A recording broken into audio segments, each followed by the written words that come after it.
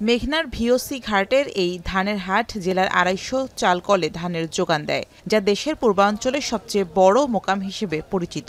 হাওর অঞ্চলের কৃষকদের ধান এনে এখানে বিক্রি করেন ব্যবসায়ীরা। তবে মৌসুম শেষ হয়ে যাওয়ায় ধানের সরবরাহ ঘাটতি তৈরি হয়েছে মোকামে। বর্তমানে পাওয়া যাচ্ছে BR-২৮, BR-২৯ ও মোটা ধান। দিনে গড়ে বেচাকেনা হচ্ছে ৩০,০০০ মণ ধান, যা চালকলগুলোর চাহিদার তুলনায় অপ্রতুল। ফলে দামও ঊর্ধ্বমুখী। বর্তমানে BR-২৮ ধান প্রতিমণ ১৪৩০ টাকা, BR-২৯ ১৩৯০ টাকা ও মোটা ধান কেনাবেচা হচ্ছে ১২৭০ টাকা মণ দরে।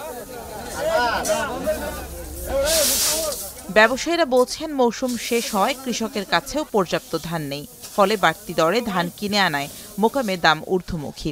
আর ধানের দর বৃদ্ধির কারণে উৎপাদন খরচ বাড়ায় চালের দাম বাড়ানোর কথা বলছেন ব্যবসায়ীরা। এখন বর্তমানে যে বাজার আছে, ধানের বাজার আছে, সেই বাজারের তুলনায় আমাদের চাউলের দরটা একটু বাড়ার দরকার। কারণ ২৬৬০-৭০ টাকা বিক্রি করলে আমাদের যে পর্তাটা, এই পর্তা মিলে না। আমাদের বলতে ধানের পর্তা আর একটু কমলে আমাদের হয়তো ধানের পর্তা কমতে হবে, না হলে চাউলের পর্তা একটু বাড়তে হবে। দেখেন ধানের দাম কত আর চাউলের দাম কত, মিলা দেখেন মিল নাই। ধানের দাম চাউলের তুলনামূলক অনেক কম। বাজার অনুযায়ী তো আমরা আশা করি চালের বাজার আগামী সপ্তাহে ২০ থেকে ৩০ টাকা কিংবা ৫০ টাকা পর্যন্ত বাড়তে পারে। তবে যেহেতু এলসির মাল ঢুকতেছে, সেক্ষেত্রে বাজার নিয়ন্ত্রণে আছে। এদিকে ধানের দাম বাড়ায় প্রভাব পড়েছে চালের বাজারে।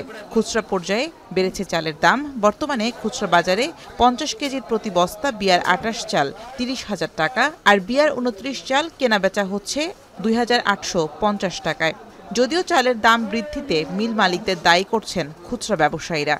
বাংলাদেশের যারা মিল পার্টি ব্যবসায়ী আছে, তারা খালি সুযোগ খুঁজে কখন ইন্ডিয়ান চাল বন্ধ হবে। যে ইন্ডিয়ান চাল আসে দাম কমে, ইন্ডিয়ান চাল না আসলে ধান নাই, চালের দাম পড়তা বেশি। এই নানান অজুহাতে মিল পার্টিরা আমাদের পড়তা নাই, কিছু নাই, ধান পায় না, চালের দাম বাড়ায় দেয়। চালকল মালিকদের দাবি, ধানের দাম বাড়ায় বর্তমান বাজার দরে চাল বেচা কেনায় লোকসান গুনতে হচ্ছে। বিদেশ থেকে চাল আমদানি করলে মিল মালিকরা পথে বসবেন বলে দাবি তাদের। পর্যাপ্ত পরিমাণ চাল আমাদের সরকারের কাছে মজুদ আছে, পাশাপাশি বাইরে থেকে অনেক আমদানি করাতে আমাদের চাল বেচা কিনে একেবারে বন্ধই। প্রত্যেকটা মিলে চাউল পর্যাপ্ত পরিমাণ মজুদ আছে, আর ধানও আমদানি খুব কম, ধানের বাজারও বেশি। বিদায় আমরা যারা ক্রাশিং করতেছি, আমাদের প্রতি ক্রাশিংয়ের প্রতি ডায়ারে দেখছি যে ১,১,৫ লক্ষ টাকার মতো আমাদের লস আছে। ব্রাহ্মণবাড়িয়ার চালকলগুলো থেকে প্রতিদিন ঢাকা, চট্টগ্রাম ও সিলেট বিভাগে অন্তত ১০ কোটি টাকার চাল বাজারজাত করা হয়। এখন ব্রাহ্মণবাড়িয়া।